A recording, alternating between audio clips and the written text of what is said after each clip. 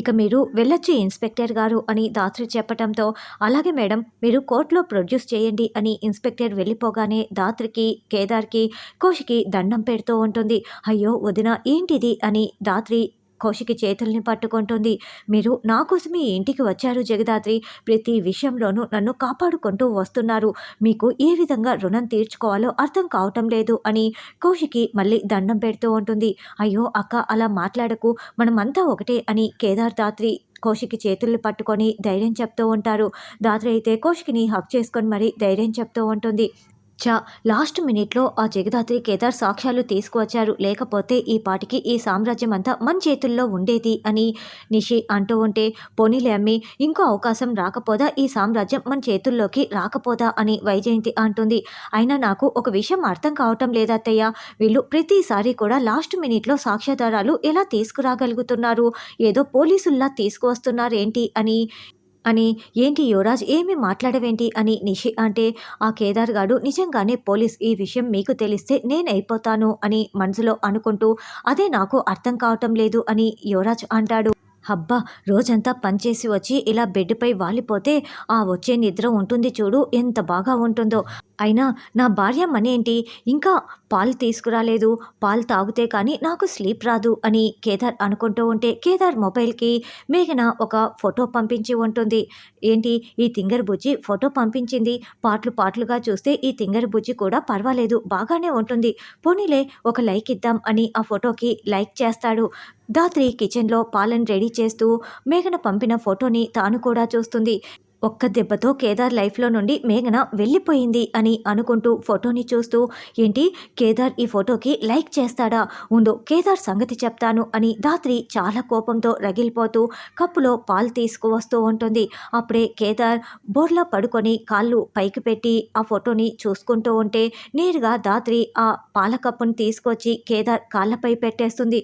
అబ్బా దాత్రి కాళ్ళు కాలిపోతున్నాయి, ఏంటి అలా కాళ్ళపై అలా పెట్టేశావు అని కేదార్ అలాగే విలవిల్లాడిపోతూ ఉంటే, నాకొచ్చే కోపానికి నీ కాళ్ళు విరగ్గొట్టాలి, పోనీలే పాపం అని ఇలా కాల్చి ఊరుకుంటున్నాను అని దాత్రి అంటే, అంత తప్పు నేనేం చేశాను అని కేదార్ అంటే, ఏంటి నువ్వు ఏ తప్పు చేయలేదా చెప్పు అని దాత్రి చాలా సీరియస్గా అడుగుతూ ఉంటుంది.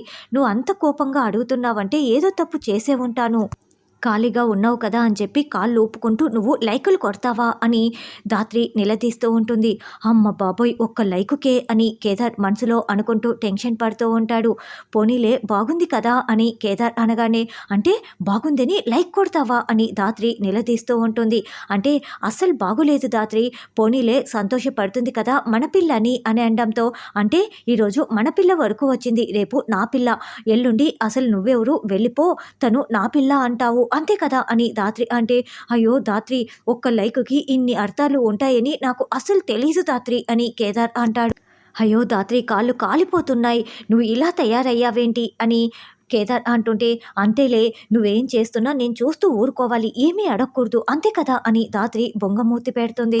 అయ్యో దాత్రి అర్థం చేసుకో అని కేదార్ అంటుంటే, అంతేలే నేను అర్థం చేసుకోవాలి అని దాత్రి పడుకునేస్తుంది. అయ్యో దాత్రి నువ్వు అలా అపార్థం చేసుకోకు అని కేదార్ అంటే, మేఘన నిన్ను లైక్ చేస్తోందని తెలిసి కూడా నువ్వు లైక్ కొట్టావంటే నేనేమనుకోవాలి అని దాత్రి అంటుంది. అయ్యో దాత్రి నువ్వు ఏదేదో ఊహించుకోకు ప్లీజ్ అని కేదార్ బతిమలాడుతూ ఉంటాడు. ప్లీజ్ ఆ కప్పు అందివ్వవా, ఆ పాల కప్పు ఇవ్వవా అని కేదార్ అడుగుతూ ఉంటే, నువ్వు లైక్ కొట్టావు కదా ఆ మేఘన వచ్చి ఇస్తుంది అని దాత్రి కప్పు అందివ్వదు. అయ్యో ప్రపంచంలో భార్యలందరూ ఒకే ఫార్మాట్లో ఉంటారు, గుడ్ నైట్, మీకు మాత్రమే గుడ్ నైట్, నాకు మాత్రం బ్యాడ్ నైట్ అని కేదార్ చెప్తూ ఉంటాడు. ఏంటి లాయర్ గారు ఇలా వచ్చారని కౌశికి మాట్లాడుతూ ఉంటే నిషి చాటుగా మొత్తం వింటూ ఉంటుంది. అదే మేడం మీ నాన్నగారు మధుకర్ గారు రాసిన అగ్రిమెంట్ ప్రకారం ఆస్తిలో సగభాగం మీ పేరు మీద, మిగతా సగభాగం సుధాకర్ గారి మొదటి సంతానానికి చెందాలి కదా, అది 3 నెలల్లో ముగిసిపోతుంది మేడం, 3 నెలల్లో మీరు సంతకాలు పెట్టి రిజిస్ట్రేషన్ చేయకపోతే ఆస్తి మొత్తం అనాథ శరణాలయానికి పోతుంది అని లాయర్ చెప్తారు. అలా జరగటానికి వీల్లేదు, మీరు డాక్యుమెంట్స్ రెడీ చేసి తీసుకురండి, మొదటి సంతానానికే చెందేలా నేను సంతకాలు చేస్తాను, రిజిస్టర్ చేసేద్దాం అని కౌశికి చెప్తుంది. మేడం ఆ ఒరిజినల్ కాపీ మీ దగ్గరే ఉంది మేడం, రిజిస్ట్రేషన్ అప్పుడు ఆ ఒరిజినల్ కాపీ తప్పనిసరిగా ఉండాలి అని లాయర్ చెప్పడంతో, అది నా దగ్గర భద్రంగా ఉంది, మీరు కంగారు పడకండి నేను తీసుకువస్తానులే అని కౌశికి చెప్తుంది. ఈ విషయం వెంటనే అత్తయ్యకి చెప్పాలని నిషి అనుకుంటూ ఉంటుంది. తర్వాత వైజయంతి, ఏందమ్మీ కౌశికి, ఆస్తి మొత్తం ఎవరికి పడితే వాళ్ళకి ఇస్తే నేనెలా చూస్తూ ఊరుకుంటాను అని నిలదీస్తూ ఉంటుంది.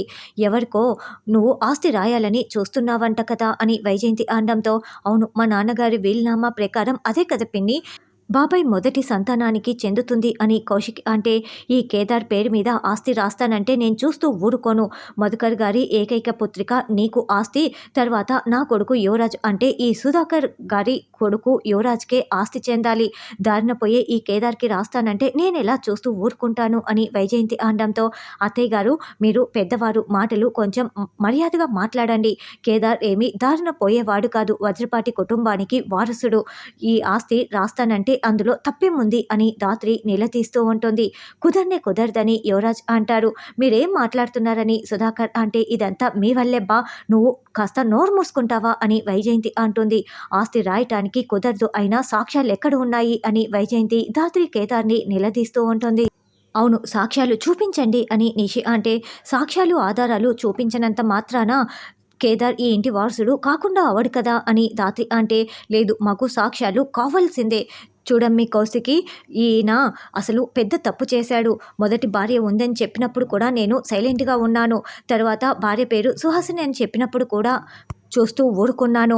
ఆ తర్వాత కొడుకున్నాడు అని చెప్తే కూడా నేను ఊరుకున్నాను. కానీ ఇప్పుడు ఆ నడమంత్రపు సిరిని ఇంట్లో తీసుకొచ్చి పెట్టి ఆస్తి మొత్తం వాడికి కూడా ఇస్తామంటే నేను మాత్రం చూస్తూ ఊరుకోను. అబ్బోడు యువరాజ్కి మాత్రమే ఆస్తి రావాలి అని వైజయంతి తేల్చి చెప్పేస్తుంది. అది కాదు వైజయంతి అని సుధాకర్ అంటే, నువ్వు ఊరుకోబ్బా, నేను చెప్తున్నాను కదా, నువ్వే కనుక నీతి నిజాయితీగా ఉండి ఉంటే ఈరోజు ఇలాంటి పరిస్థితి వచ్చి ఉండేదే కాదు. ఊరుకుంటావా లేదా? కానీ ఈ ఆస్తి మాత్రం పోతూ ఉంటే నేను చూస్తూ ఊరుకోను అని వైజయంతి వార్నింగ్ ఇచ్చి వెళ్తుంది. రా అబ్బోడా అంటూ వైజయంతి నిషి యువరాజ్ని అక్కడి నుంచి తీసుకువెళ్ళగానే సుధాకర్ కుప్పకూలిపోతాడు. చూడండి, పిన్ని మాటల వల్ల మీరు చాలా బాధపడ్డారని నాకు అర్థమవుతోంది. కానీ ఆధారాలు సాక్ష్యాలు కావాలి. నాకు మీరంటే చాలా ప్రేమ అభిమానం అన్నీ ఉన్నాయి. కానీ ఈ పరిస్థితుల్లో నేనేమీ చేయలేను. మీరు ఈ ఇంట్లో కొత్తగా అడుగు పెట్టినప్పుడు నెల రోజుల్లో నిరూపించుకుంటామని చెప్పారు. ఆ నెల కాస్త ముందుకు సాగిపోతూ ఉందే కానీ మీరైతే నిరూపించుకోలేకపోతున్నారు. ఇప్పుడు అగ్రిమెంట్ గడువు పూర్తి కావటానికి ఇంకా 3 నెలల సమయం ఉంది. ఈ సమయం లోపల మీరు నిరూపించుకుంటే కేదార్ ఈ వజ్రపాటి కుటుంబానికి వారసుడని చెప్పి కేదార్ చేయి పట్టుకొని నేనే ఈ ఇంట్లోకి సాదరంగా ఆహ్వానిస్తాను. లేకపోతే మాత్రం ఏం జరుగుతుందో మీకు తెలుసు కదా జగదాత్రి, కేదార్ అర్థం చేసుకుంటారని అనుకుంటున్నాను. ఈ లోకానికి కావాల్సింది సాక్ష్యాలు. వాళ్ళు కూడా అదే అడుగుతున్నారు. కాబట్టి మీరు సాక్ష్యాలు తీసుకురాక తప్పదు. నా మాటలు మిమ్మల్ని బాధ పెట్టి ఉండొచ్చు, కానీ ఏమీ చేయలేని పరిస్థితి. నన్ను క్షమించండి అంటూ కౌశికి చెప్తుంది. ఇక ధాత్రి కేదార్ ఆధారాలు ఎలా తీసుకురావాలని ఆలోచిస్తూ ఉంటారు.